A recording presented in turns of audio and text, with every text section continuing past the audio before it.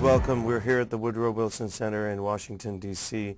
With Mr. Bob Hathaway. He is the director of the Asia program here and is widely considered one of the foremost experts on Pakistan in the United States.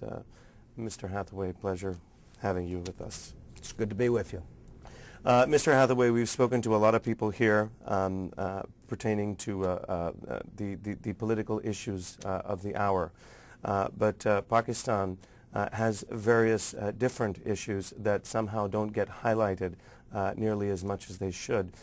Your institute has conducted research over the last 4 or 5 years in 3 or 4 different areas, and we'll go over those one at a time. Recently, there was a document produced titled Powering Pakistan, Meeting Pakistan's Energy Needs in the 21st Century. It was edited by you and Mr. Kugelman. Tell us about, in brief, about the writing, the hypotheses, and the eventualities that you would foresee if the issues raised weren't tackled anytime soon. Let me put this study into a bit of a broader context. We at the Wilson Center believe Pakistan is more than simply terrorism, nuclear weapons, conflict with India. And we're trying to get people here in Washington to focus on a variety of other types of issues that are central to Pakistan and to our bilateral relationship. For instance, we've had a conference and then produced a report on energy, you've just referenced. We've had a large conference and produced a report on water issues, another on trade issues, another on education, another on food insecurity.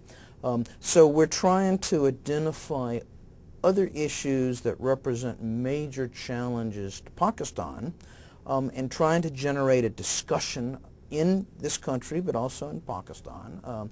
We publish these reports and then we send them to anybody in Pakistan who would be interested, free of charge. It's a great deal. I think we send them to a couple of hundred of your libraries free of charge. But what we're trying to do is simply generate a discussion about some of the critical challenges Pakistan faces. Now, energy, you mentioned energy. Arguably, energy was one of the most important issues in the 2008 election. Pakistanis are simply fed up with the fact that they have continual power outages, continual shortages. The thing about energy is most people know what needs to be done. There's widespread agreement on about 90% of the entire package, and people will then differ on sort of 10%. But most people know what needs to be done, and Pakistan over the decades has actually come up with a number of comprehensive plans. But they never get implemented. They always get sidetracked. There's a lack of political will in government after government. Our argument in this book was that Pakistan needs to deal with its energy problems in a comprehensive manner. It needs to then display the political will to implement these policies. It has to deal with energy in the context of development, of poverty eradication. Energy, of course, is an environmental sector.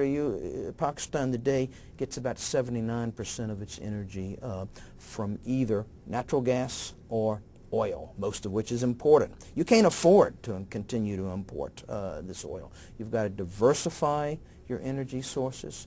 You've got to increase your indigenous production of energy. One of your problems, of course, is that you've got disagreement between the provinces. Another of your problems related to energy is that you've got huge disagreements with India. You've got to really tackle all these problems simultaneously. I mean, power stealing is a huge problem in Pakistan. You've got to tackle that. Now, a lot of people aren't going to want to tackle that because they're now getting power for free. But if Pakistan really is serious about creating an energy situation that will meet the needs of the Pakistani people in the coming decades.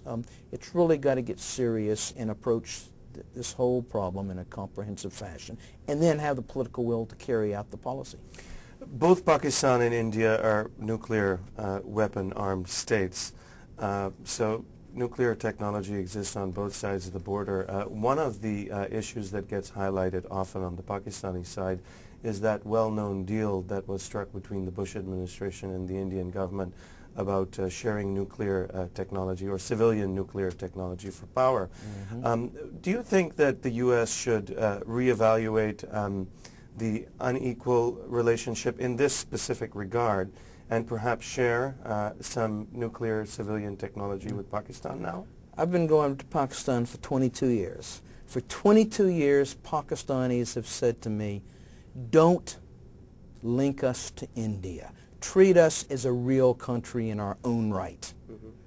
Well, we're now trying to do that. We've largely severed the link, and we're treating India in its own right, and we're treating Pakistan in its own right.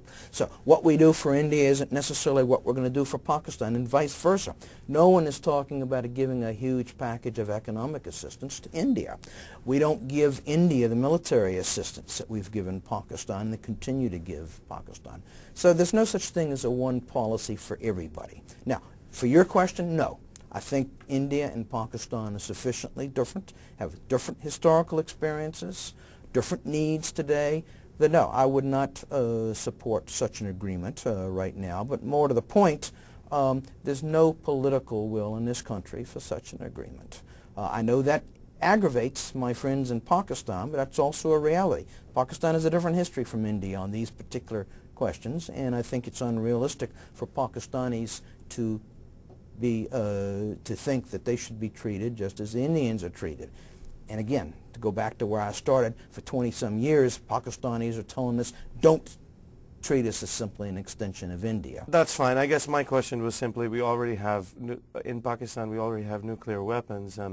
If Pakistan has a power crisis, would sharing civilian nuclear technology upset the balance of power in any way?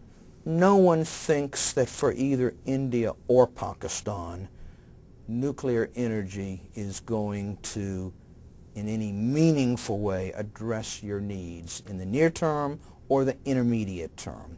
My ability to see several decades down the road is very limited, so I'm not going to talk about the long term.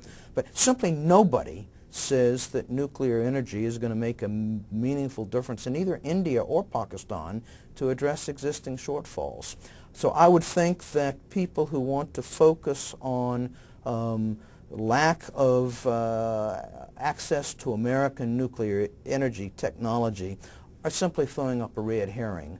That's not going to solve the problem that Pakistanis face today.